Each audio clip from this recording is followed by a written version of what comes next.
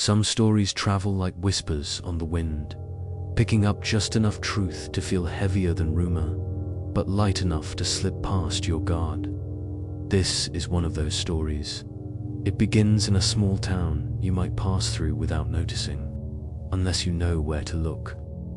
A place where October is more than just a season. It's a set of rules. Rules about what roads you drive, rules about what voices you answer, and rules about who you speak for when the lantern glows in the dark. Tonight, I'll take you to Rathbone, New York, a place where a bridge that doesn't exist anymore still keeps count, and the water below remembers every name it's ever been given. You'll hear about the rules, and what happens when they're bent, broken, or misunderstood. If you're listening, I'd suggest you keep your windows rolled up, because this is Echoes After Midnight. The lantern at Low Bridge. They don't print Low Bridge on modern maps anymore. If you pan across the satellite view, there's only a faint grey scar where County Road 17 once dipped toward the river, then skirted a sloping bank of willow and alder before rejoining the highway. The town that used to claim a Rathbone, New York, still exists, though what's left of downtown could be mistaken for a movie set they never bothered to strike. A diner with the Eat sign half-lit, a shuttered antique store, a post office that keeps limited hours, and a librarian who will tell you, very politely, that the local history section is circulation only. If you ask about Low Bridge, people get practical in a way that isn't practical at all. They'll ask you what you're looking for, and when you say the old bridge, they'll tell you how the county filled it in after the flood of '88, or how the Army Corps rerouted the channel, or how the new bypass made the dip unnecessary. They'll say all this while not quite looking at you, their mouths making sentences that don't fit their eyes. And if you press, if you mention the lantern, they'll tell you they've got somewhere to be. I didn't grow up in Rathbone. I grew up 2 hours south, along a different river, where the sound of water against rock is like a conversation you're not quite included in. I came to Rathbone because of an email subject line, story lead, bridge lights, that landed in my inbox last September. I make a small living narrating strange histories for people who want to be unsettled for the length of a commute. Rural folklore, sticking points in the American map. This email was from a listener in Rathbone, a woman named Claire. She wrote, "My father says not to write this down. He says the story changes when you write it, and the thing that hears about itself gets clever. But you said to send true things. I think this is true. We still have rules." She listed them like a recipe card. Don't drive the dip after dark in October. If you must, roll the windows up before the willow. If you see a lantern on the far rail, don't stop. If they call your name, don't answer.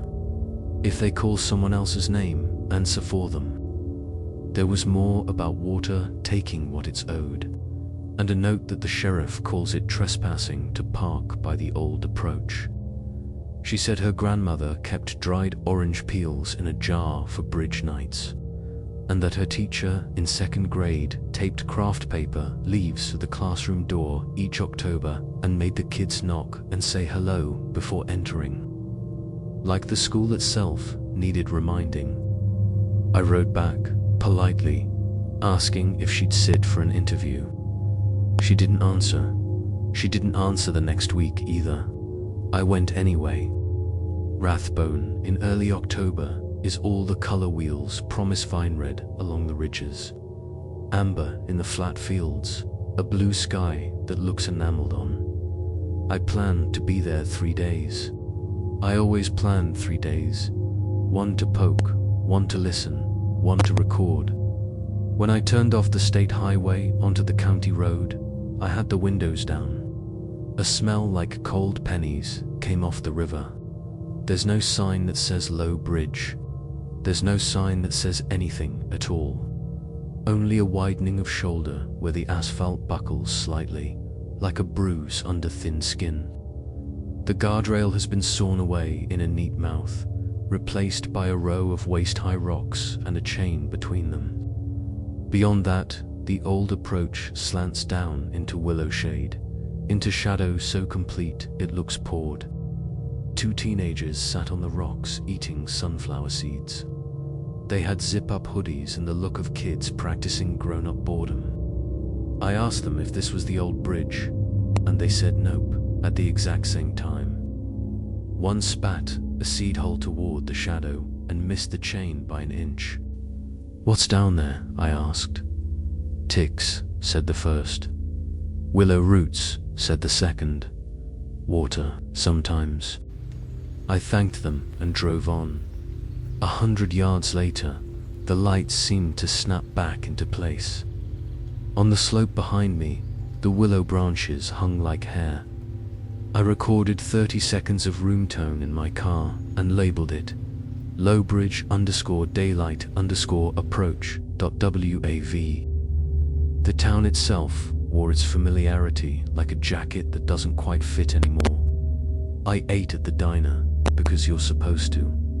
A pie case glowed with the intensity of a shrine. The waitress topped off my coffee twice without asking. When I said I was doing a piece on local legends, she smiled with her mouth. "We've got a haunted silo," she offered.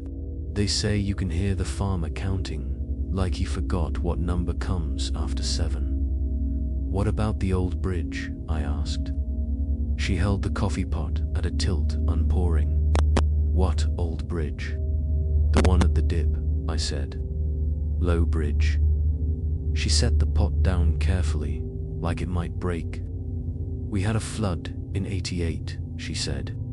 "Wasn't nothing after that worth keeping, but before that," she sighed, a tiny surrender. "Before that we had October. We still do." She gestured at the pumpkins on the counter. "Don't go parking down there after dark," she said more quietly, as if she were quoting a sign. "People call the sheriff. Trespassing is a thing. Just so you know." I recorded ambient from a bench in front of the firehouse. The wind, a dog across the street doing its duty on passing cars. Someone hammering 2 streets over. The hour rang from the Methodist church, and only later, listening back to the track with headphones, did I notice a second bell, a fraction of a second late, sounding as if underwater. That afternoon, the librarian of Rathbonen, older man with a face the shape of an elm leaf, handed me a thin book from 1931 that was not supposed to circulate. Its cover said "Toward the River, Notes on Rathbone's Early Years." In it, a passage. "October claims a kind of tithe from our people. There is a lantern at the dip always has been, since the first trestle. It is fellow feeling to answer when your name is called, but if you can help it, do not. If you must answer, speak in the name of one already under the water. Here, you'll say, 'I'm here for him.' Then, if you are lucky, you too will pass as one marked and be permitted to go." "Who wrote this?" I asked. "Emery Pike," said the librarian. "Taught arithmetic, collected bottle caps, had a way of making everything sound fancier than it needed to." He flipped a few pages. "There's also a recipe for salted apples nobody in their right mind would eat." "Do people still," I started, "have recipes?" he said, and closed the book gently. "We're not that sort of town anymore." Back in my room over the diner, I made a list of what I knew. Flood, lantern, rules, names, tithe. I looked up, bypassed construction dates and emergency levy contracts, and found the usual paper trail of disaster management. I looked for records of drownings at the dip and found 2 confirmed, one in 1946, one in 1972. The flood of '88 took 3 more in the county. though the paper was careful to note they were caught driving across a barricade on a washed-out segment. Nothing mystical there, only tragedy and poor visibility. I typed notes until the light outside my window thickened and went blue. Then I thought, if you're going to talk about a thing, you should see the thing. I drove back to the dip with my windows up, because that's what the rules said. Dusk pooled around the willow. The chain between the rocks in front of the old approach had a new padlock on it. Someone had hung a strip of red plastic from the center link, so that it clicked softly against the chain in the wind. I turned off the engine and listened. Cars passed on the state highway, somewhere up and out of sight. Crickets did their castanets. The river a shallow band 100 feet away made, that whispering sound over stone that means both yes and no. I told myself I was only gathering texture. A voice returns to place, if you give it place to return to. My hand found the door handle. I stepped out into the smell of cold pennies. It's funny, you can tell your legs we are not going to walk down that slope with the willow hair and the shadow like poured tar. And your legs will say sure, and then walk anyway, because bodies have their own grammar. I stopped at the chain and crouched the mic between two of the rocks, so it faced the old approach. The river ran left to right. Ahead, the shade had a shape to it, and within that shape, something vertical gleamed, a post, or the corner of a buried sign, or the polished back of an animal. I said hello. The only good thing about talking to empty places is that no one will answer but your own voice. It comes back sanded down a little, less yours than it was. It did that now, catching in the willow and falling back like netting. I said my name. I said I was making a story. I said I would not enter beyond the chain. All reasonable, all foolish, all exactly the sort of thing that deserves its reprimand. Somewhere down and to the left, a light appeared. It was not a headlight. It was not the gleam of dusk off a beer can. It was a small, moving circle amber, wobbling as if held at arm's length.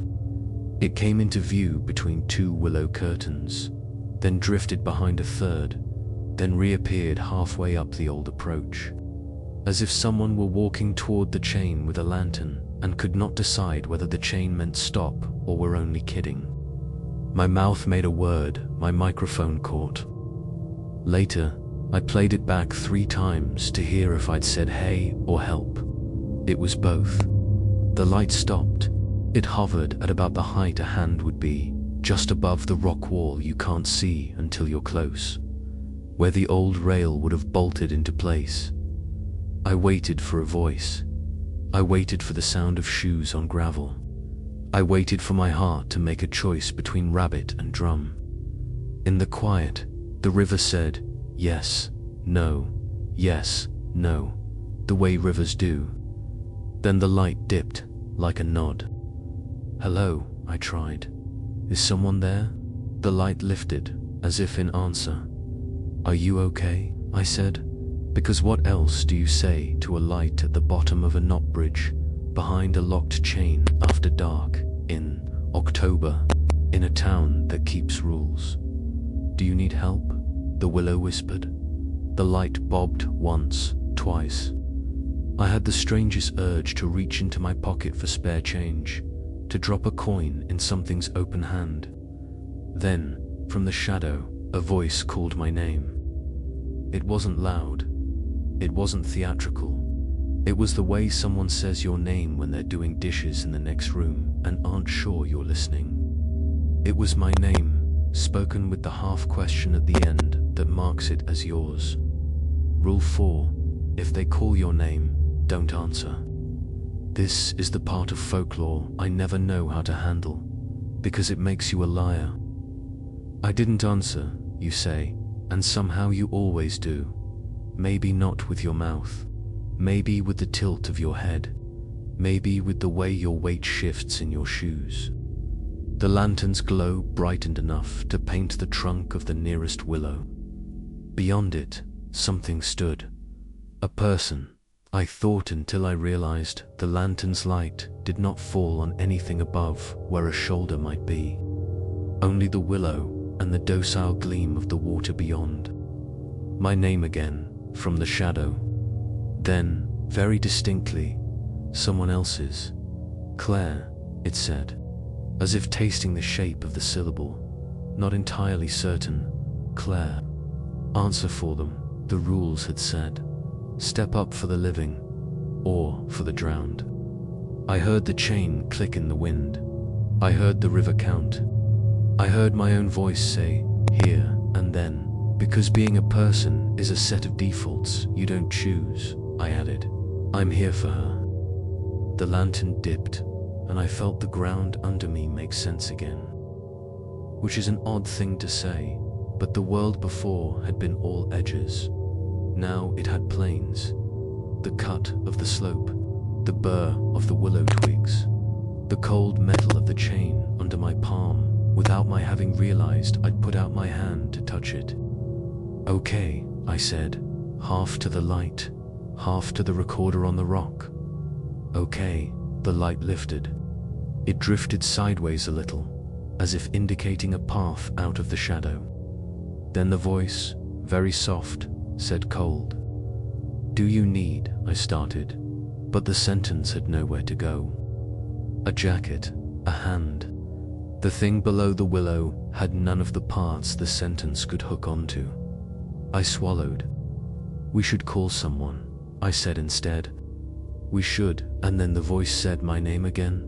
And because I am exactly who I am, and because human attention is a leash we put around our own necks, I said what? The light went out. It didn't fade. It didn't dim. It snicked, like someone pinching a candle, and there was dark. Not absolute eye could still see the stripe of lighter sky in the willow, the damask of leaf on leaf.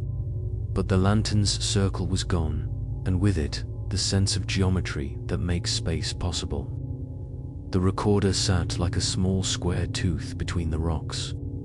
I reached for it, and as my finger touched the foam windscreen, a hand I could not see touched the back of my hand and held it, just for the measure of one heartbeat. The grip was neither pleading nor cruel. It was simply present. It was cold. I made a sound I do not care to hear on tape. I jerked back so hard I knocked my elbow against the chain post. The padlock chimed like a bell. I scooped up the recorder, turned, and walked very quickly up the slope to my car. Because running would have made everything simple in a way that felt like an insult to the fact that this had happened. I put the car in gear. I drove. I did not look in the rear view. Not because I was brave, but because I am not. Back in my room, I listened to the track. You can hear the wind. You can hear me. You can hear my name spoken in a voice that is not mine, but that knows how my friends say it. And then, layered over the sound of the padlock, a second bell, half a beat behind, like the one from the church earlier, only duller, submerged. I didn't sleep. In the morning, I went to the sheriff's office, out of the complicated desire to be a good citizen and to have someone official tell me it was nothing. The deputy at the counter listened with the face you keep for reports about raccoons in chimneys. He said the usual things about trespassing and visibility and the dangers of old infrastructure. When I got to the part about my hand, he put his pen down and said, not unkindly, maybe don't go back down there after dark. I won't, I said, too quickly. At the library door, the librarian was taping a paper leaf to the frame. He made me knock before he let me in. Old superstition, he said. You humor me, I'll humor you. Do you know a woman named Claire? I asked. Several, he said. It's a good name, stays put. Like you'd tie it to your boat. I tried the diner. The waitress poured my coffee and said nothing about my eyes. which must have looked like they were wearing the wrong size. I asked, carefully this time, about the flood of '88. You lose anybody, I said, as if one person in a disaster is a different category of loss than 3 or 5. My brother, she said, straightforward as a grocery list.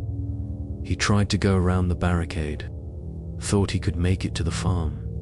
She picked up the pot and set it down again. He always thought the rules were for other people. I'm sorry, I said. She nodded, and after a minute said, You going out there again tonight? No, I lied, because lying sometimes protects other people from having to decide what they think of you. I went out again that evening. The rules, after all, had not said twice. They had not said once. They had said October. They had said names. If a town keeps something like that as part of itself, you can't knock on the door, take a look, and leave. That's a kind of trespassing all its own. This time, I left the recorder in the car. This time, I brought a thermos of coffee and a coil of orange peel I'd saved from breakfast, because the jar in Claire's email had bothered me in the way a missing step bothers you when the lights are off. I tied the peel to the center of the chain, where it hung on a length of red twine like a silly prize. A willow twig reached out and took the scent. I waited. It was colder, the kind of cold that comes up from the ground, not down from the air. The sky went the color of something you'd find at the back of a drawer and not remember having bought. The river whispered yes, no in its gentleman's voice. When the light appeared this time, it did so as if it had always been there and I had finally learned to see. Hello, I said, not because I thought it was polite, but because making sound is a way of marking where you end and the rest starts. The light lifted. Claire, I said, because a rule can be a key. Claire, I'm here. A pause, river, chain, willow. Then the voice, softer than the first night, as if speaking through cloth, cold. I could not reach across the chain without being someone I do not believe I am. So I took the thermos lid off and poured coffee onto the ground at the foot of the post. Steam rose and drifted into the shadow. It smelled like mornings at my aunt's kitchen table. I placed my hand on the chain and did not move it. Names, I said, because Emery Pike had written as if the thing below understood trade. If I say mine, you'll say yours, and then we'll both have something to keep. Silence, which is not the same as agreement. Then a movement within the dark that was not the light, a shape, a suggestion of a shoulder where the lantern did not light it, a gap where a face would be if there were one. Cold, the voice said again, and then, unexpectedly, hungry. I'd brought nothing to answer that with. I thought of throwing down the rest of the orange peel, but the idea felt like mistaking a wound for a recipe. The light dipped, the shadow took a step. Don't, I said. Please. The word sounded foolish in my mouth, like asking the tide to explain itself. It paused. We stayed like that for long enough that I began to feel unsteady, as if I'd been holding a bucket of water in each hand. Something in me counted. When the light moved again, it went sideways, the way a person might who wants you to follow but doesn't know how to ask. The chain creaked under my palm. I did not move. Tell me your name, I said, and heard the hunger in it. Not for the ghost, for the story. For the moment when uncertainty turns into something you can hold up to the lamp and call true. Instead, the voice said mine. It said it once, and then again, and then a third time, more certain. The way you repeat a word until it loses its meaning and then slowly comes back with a new one. I should not have answered, I know this, in the place where rules live, the place that loves you like a stern aunt. But I am exactly who I am, and I said yes, and the light went out. and between the sound of the padlock, like a bell, and the breath of the willow, there was, unmistakably, breath. Cold, on my face, near my ear. As if someone were leaning in to tell me something they'd waited a very long time to say. I didn't hear words. I heard a shape where a word would go. My name again, in the place a word might be, and below it, for others, not spoken out loud. Pressed against the inside of the night, like a face against glass, so close you can see your own features blur into it. One of the names was Claire. The others I wrote down, back in my room, and I won't repeat them here. Not because names are dangerous in and of themselves, though perhaps they are, but because those names belonged to people I did not know I was allowed to know. They were not dead, not all of them. One worked the deli at the grocery. One taught art to second graders. One was a man whose obituary I found later, neatly folded into the back of the librarian's arithmetic book, clipped with a paperclip shaped like a fishhook. I tried to call the number on Claire's email again. It returned a soft, automated apology. Mailbox full. In the morning, the chain at Low Bridge had a different padlock on it. The orange peel was gone. Someone had swept the willow twigs out of the turn-in, neat as a stoop. A paper sign had been taped to the center rock. No tracking, sheriff patrols. The S in sheriff had been written over once, as if the pen had stuttered. I drove home that afternoon thinking about what goes where. Rules in mouths, names in water. The way a lantern's glow explains exactly enough of the world to make you think the rest of it can be explained. When I put the episode together, I cut the part where the cold hand found mine. I left the coffee. I cut the breath. I left the rules. I told myself it was because the story was better when you could stand outside it and think. Some stories don't want to be worn like clothes. They want to be air. A week after I uploaded, I got a small padded envelope with no return address. Inside it was a key, flat and brass, like the ones you make at the hardware store. Engraved on it was a number, 17. There was no note. There was a smell, faint and unmistakable, of orange peel. I keep the key in the drawer with my batteries now. Sometimes, late, when the house is all closed up and the river down the road is talking to no one in particular, I take it out and set it on my desk and look at the number. You could say it means nothing. You could say it opens a lock that is no longer in the world. You could say it opens exactly one lock for exactly one night in October. If you stand with your hand on the chain and say here, for someone who expects an answer and will keep asking until somebody gives it. I haven't gone back to Rathbone. The librarian sent me a photocopy of a recipe card with a note that said, "The salted apples aren't so bad if you use cinnamon." The waitress, whose brother ignored barricades, left a comment under the episode that just said, "Please stop at stop signs."